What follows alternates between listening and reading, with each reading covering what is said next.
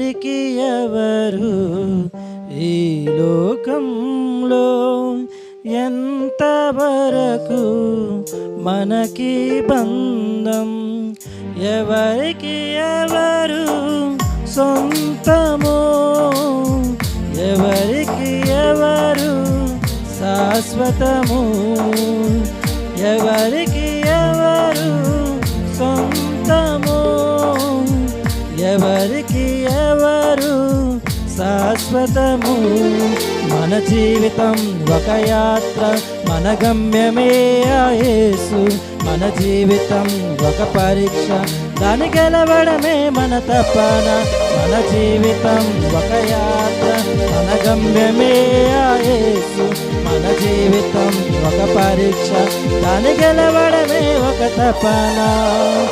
ఎవరికి ఎవరు